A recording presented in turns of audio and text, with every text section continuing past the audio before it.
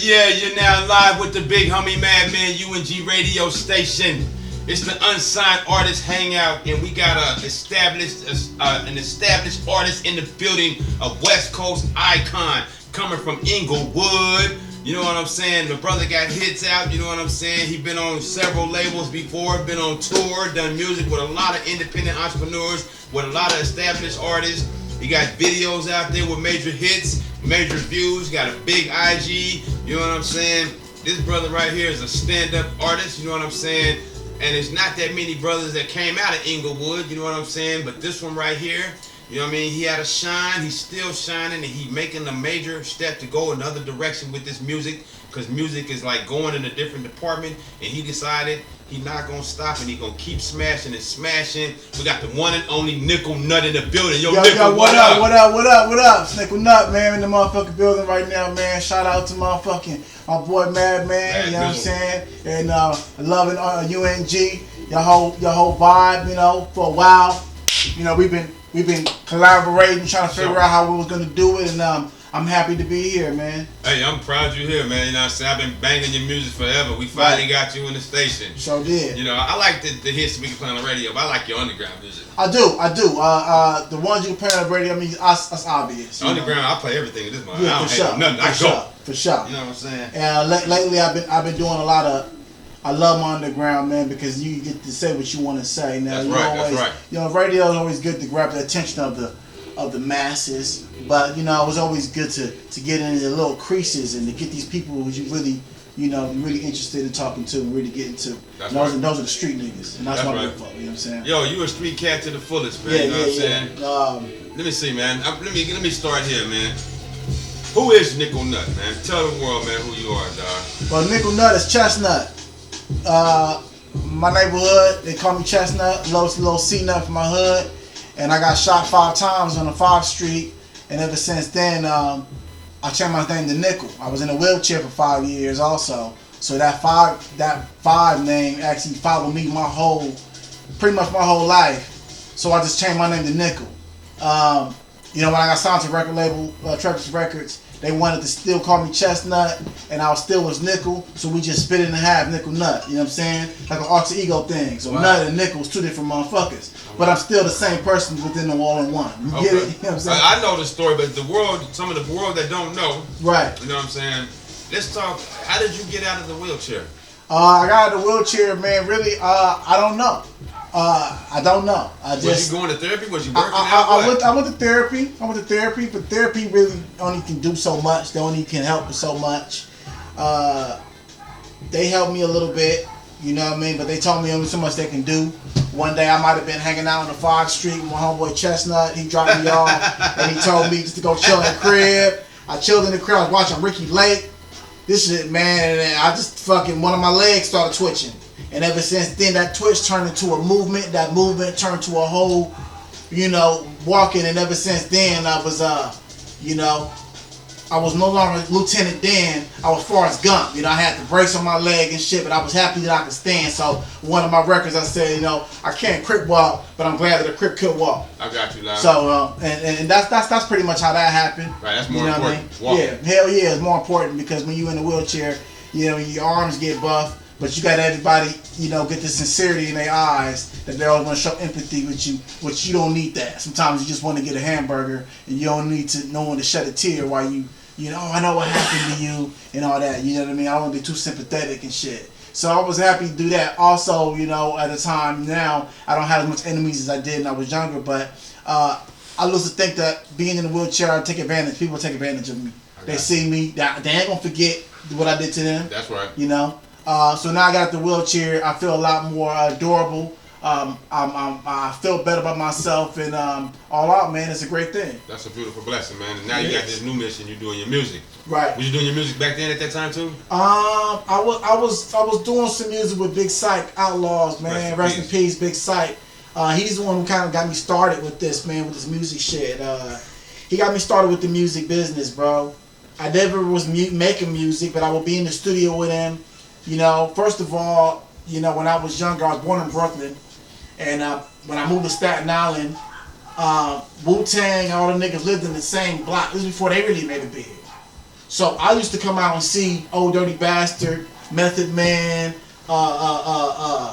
Chef, the Cook, you know what I'm saying? Right. We seen a Raekwon, all these niggas just rapping on the corner and shit.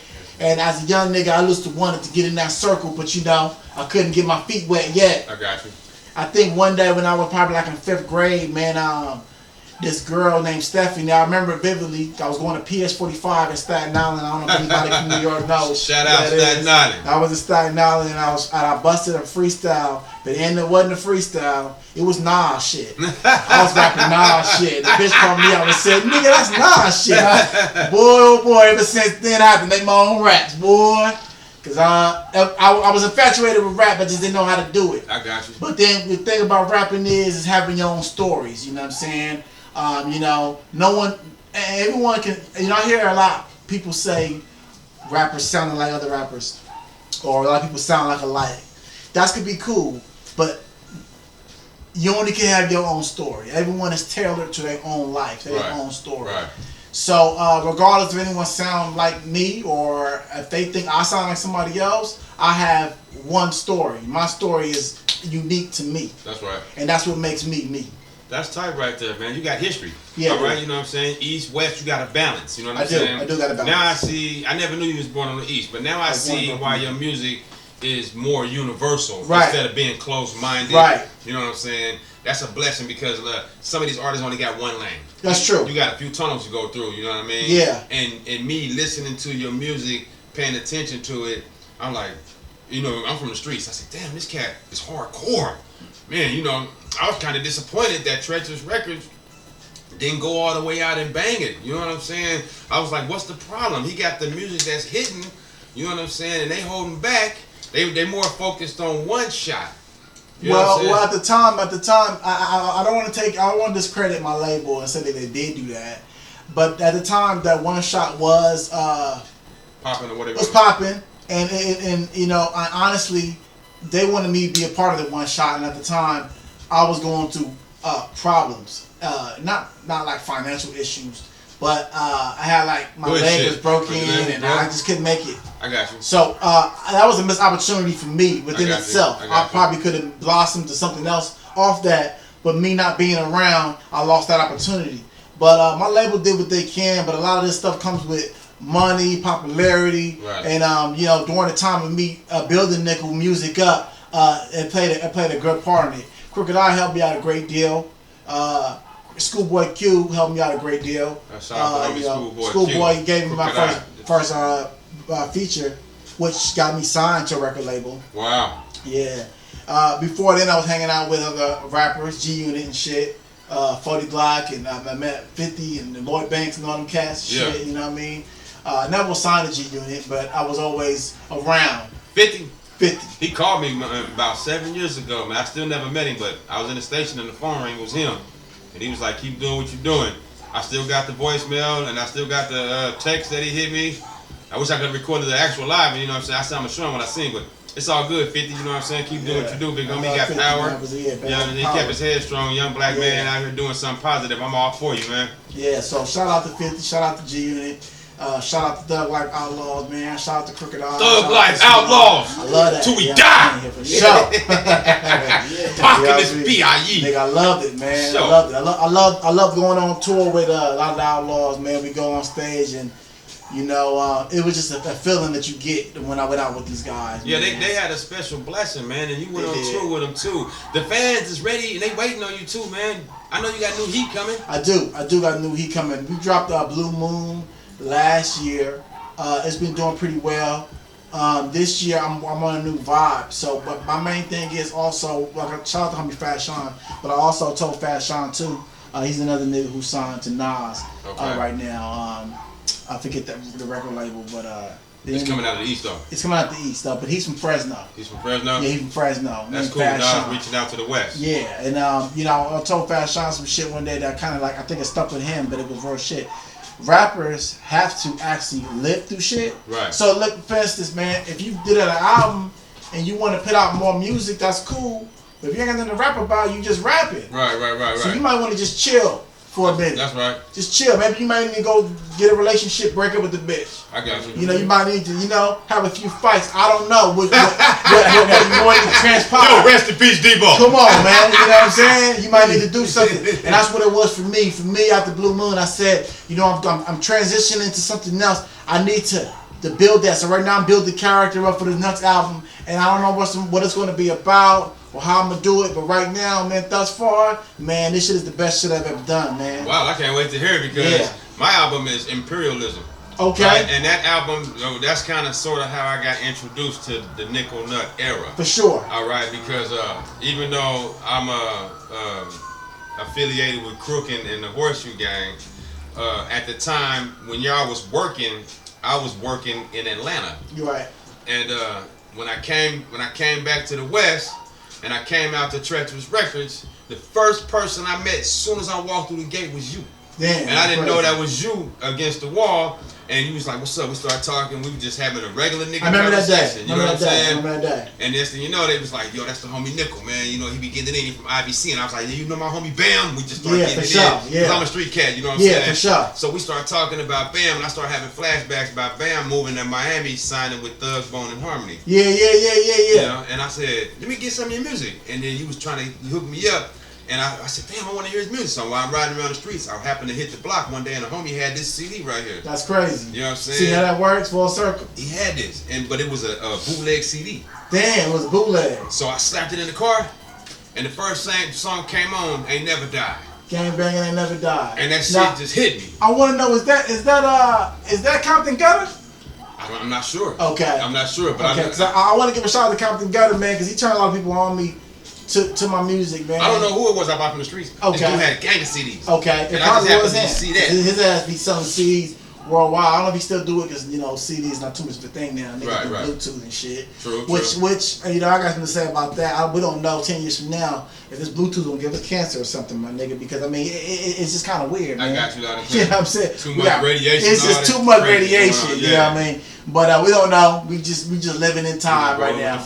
But I'm glad that you got that CD and it came full circle, man. It didn't leave my CD tape deck in the car for a while. Come on, man. That means a lot to me, man. I used to bang that shit hard. You know what I'm saying? Because I bang hardcore rap. You got no disrespect. I just came from Atlanta. Right. Atlanta got some hard heat, but it got a certain wave. And I'm from the West Coast, so I was waiting to get home. And when I came home, I hit the Niqle Nut and was like, "Yo, this is it, my nigga. I'm rolling." Right. Oh man, this is it. It was hitting. You know what I'm saying? And the Horseshoe Game was popping, and I was like, "Yo, it was popping." So I'm looking around for artists, and I was like, "Man, when I do the radio station again, I gotta bring him through." Yeah, you know what I'm saying? Man. So now you here. You know what I'm saying? We talking about your music, man. Let's talk about. Out of the producers that you worked with, I seen you work with Complex.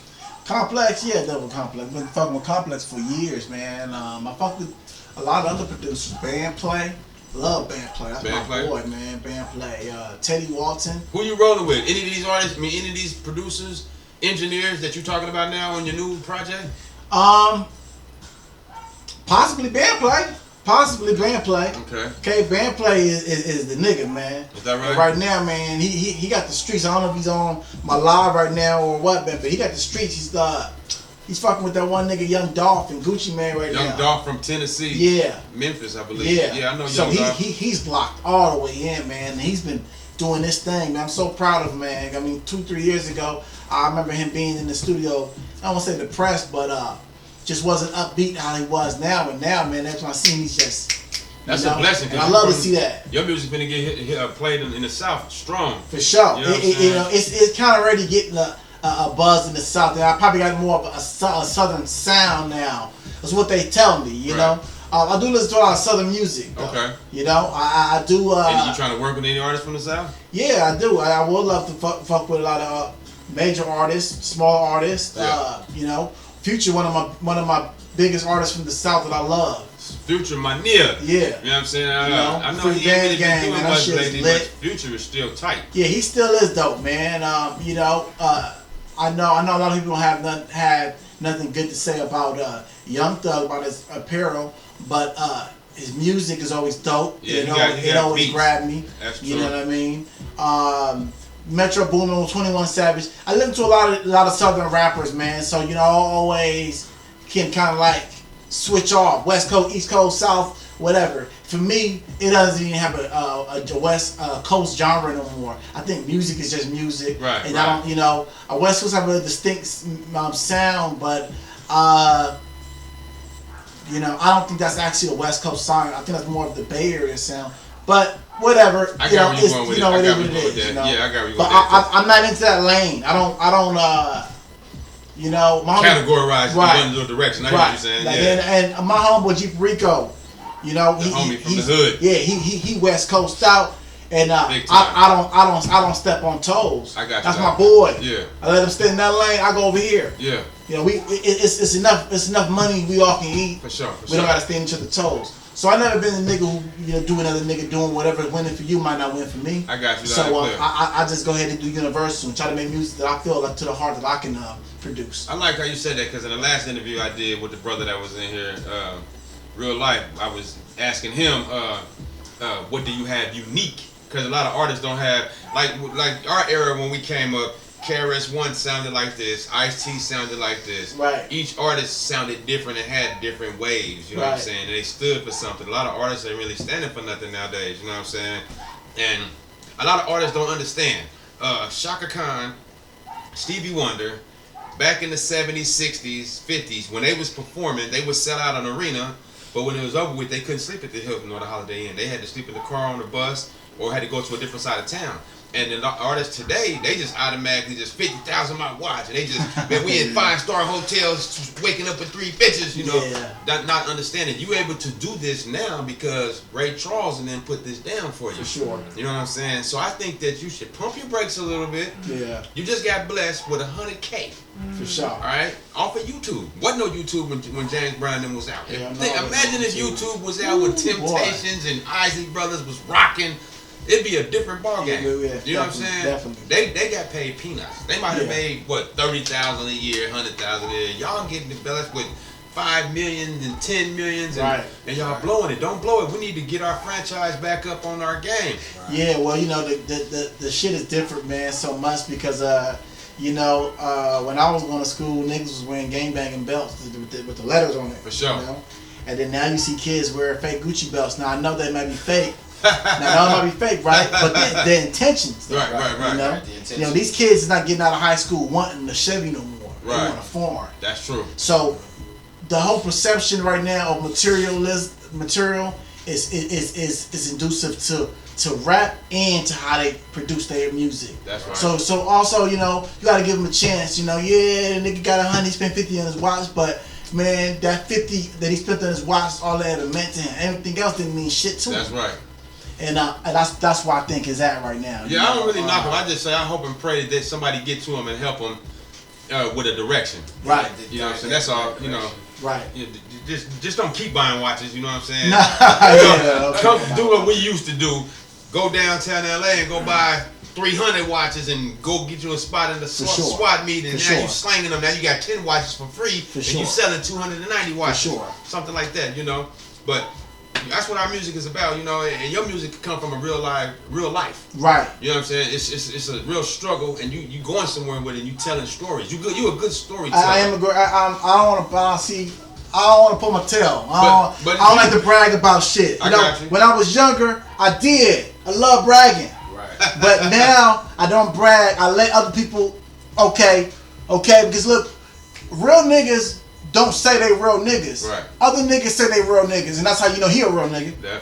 If I gotta tell you I'm a real nigga, then I must not be one. That's true. I'm trying to prove a point. Yeah. You ain't got to prove so a point. I appreciate what you said because I can concur. That's right. But I tell my hat to it. But yeah, I am a great storyteller. I'm also I have other attributes than just rap.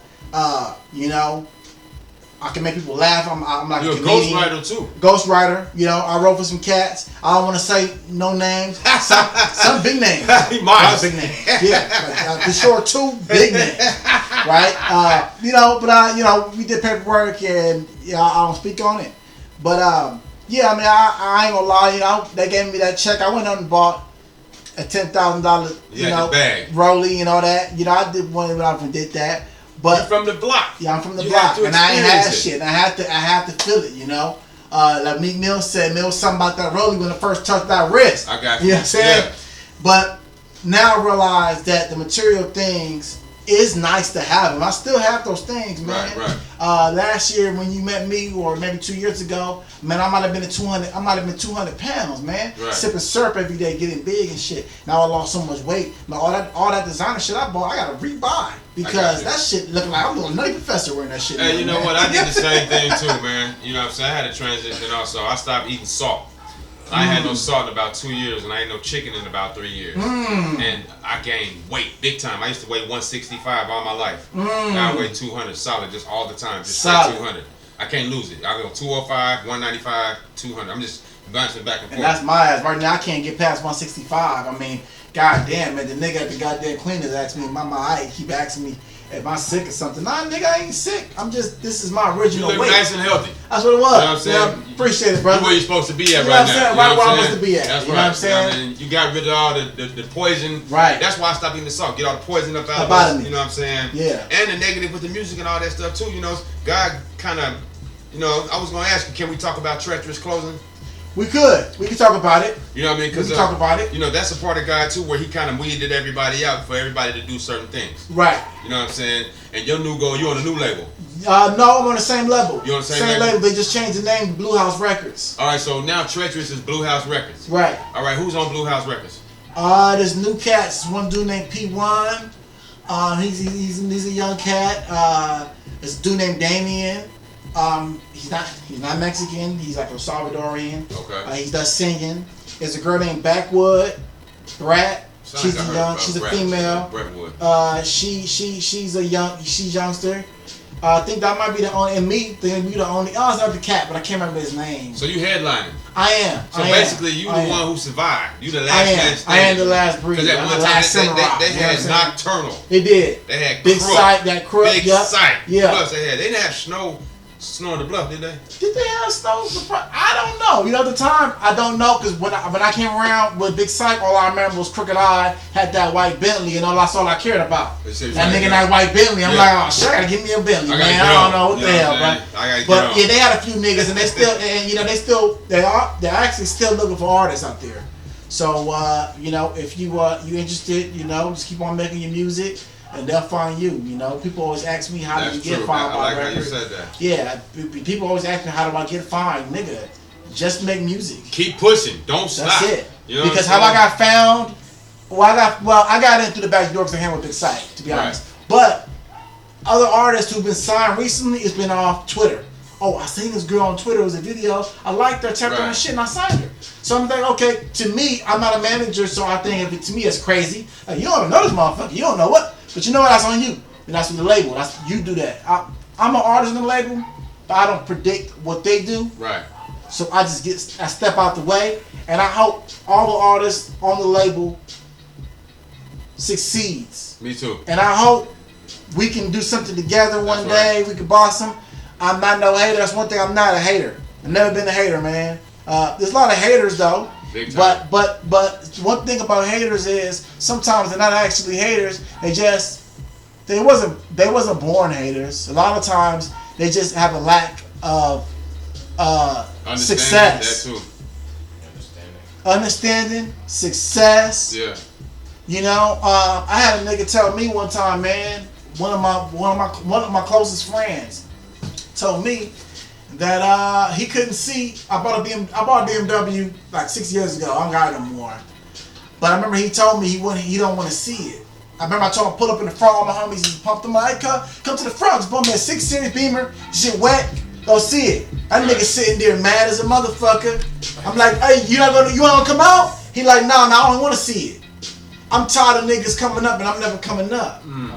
But see, when I say that story to someone who don't know him, it makes him automatically look like a hater. Right. But until you know him, you say, man, I hope one day he get his shit. And now, the nigga making money. I don't want to say what he's doing. It's not illegal. He's making his money. I'm proud of him. And I'm glad that he got out the dark, man. Me too, man. You know what I'm saying? And it's a lot of brothers in Inglewood, brothers and sisters in Inglewood right now waiting on you to drop your project. For sure. Because they like, hey, I'm hoping the Niqle come back and help me out. For sure. And I will. Whether you blood or crip, I help well as much as I can. That's right. Now I'm not gonna sit here and pull your tail, nigga, and tell you something I can't do. That's right. But anything in my power that I can do, I will try and attempt to do it. That's a good thing, because with everybody that's on Instagram watching us and everybody on the radio that's listening to us, y'all need to know Inglewood is the chocolate city. For sure. You go down to Inglewood right now, we got black mayor. All right, sure. The whole city is black. I sure. mean, brothers and sisters got independent businesses up and down Manchester, La Brea. For sure. Big time. Take a little trip down La Brea, not the Hollywood part of La Brea. Come out of Hollywood and go straight down La Brea and say, welcome to Inglewood, and go see what we doing. KJLA's been there forever. For sure. You know what I'm saying? It's a lot of independent stuff going on there. Plus, they got the new stadium coming. That's bringing more revenue to the city. Yeah. You know bring more revenue, but kicking all the residents out. Because I'm saying right now, rent going up. Yeah, rent going up high. Bro, this shit's so high, bro. Gas too. Yes, my nigga, gas. So I don't know. California is looking like, you know what I mean. I don't know where y'all want us. I don't know where y'all want us to go. But we here right now. That's what matters, I guess. You know, a lot of people been moving to Victorville and Palm Springs, Palmdale, Palm the Palm in this motherfucker. You know what I mean? Hey, listen, man. Wherever you gotta live, I guess survive. Do what you gotta do. Me particularly, I don't like heat. LA is right where I want to be at. As far as cold and hot, it's right in the middle. Don't get too hot. Don't get too cold. When you go somewhere, some of these desert places, man, you be freezing. When you go some of these places, it be hotter than Haiti, man. That's the truth. So, you know what I'm saying? Pick your poison. Speaking of hot, though, don't leave. Okay. Don't move, because you hot right now. What I noticed about a lot of artists from the West, they go through a struggle, and they ready to get the bag/check or whatever, and it's taking too long, and they disappear. They'll go clink up with another crew or another label. Don't be patient. Be a little bit more patient, because you got the blessing that's coming around. It's around the corner. You know, God bless those who wait. Yeah. You know what I'm saying? One good year can change your life for life. That's the truth. One good year, one good hit. One good song can change your shit for sure. That's right. But one good year can change your shit for life. I'm glad you said that, because this is dedicated to the artist that's listening. You can when you make your music, like a Niqle Nut album, right? He got songs for the hood. Yeah. He got songs for the ladies. He got songs for concert mode only. That's what y'all supposed to be doing. Right. Making universal music, not one genre, because when as the years go by, if you make it like some artists are very unique and very smart. They make a Christmas song, because they know Christmas come up once a year and they're going to get that song played once a year. Right. Some people make songs for the summer, because when the summer comes, you're going to get played all the time. Right. You know what I'm saying? You got to make songs seasonally. Right. You know what I'm saying? And that's what album really stands for. For sure. Different variety of your talent. You know what I mean? Just don't make one song, oh, I got the UNG hat on, you know. No. You know? You want your branched out, man. Right. I mean, I might not like that song. Right. But I like that other song you did. That's true. And he don't like that song, but I love that song. That's right. And that's what it's about. See, you gotta understand, when you start making music, you're not making music for yourself, my nigga. You're making music for somebody else. That's right. So even if you may not like this beat, you might need to get on this beat anyway, because these motherfuckers love this beat. That's true. These type of beats. That's true. Out there in Washington, they love that, I forget that go-go type shit. Right. Man, you know what I'm saying? So, like I said, some things is unexplainable. So, but you just gotta go with the flow, man. Right. Learn how to adjust. Yeah. Stop saying no. You know, we're in November. So, it's kind of hard not to say no, because my thing in November is, it's November, man. It start with no. Right. So that means, nigga, no. Yeah. I ain't going out. Yeah. I ain't going nowhere. No, nigga. I'm trying to stack this bread up because Christmas is coming. You get what I'm saying? Hey, yo, that's deep you said that. Yeah. Man. You know, right now, at the end of the year, it's the last quarter. Yeah. So a lot of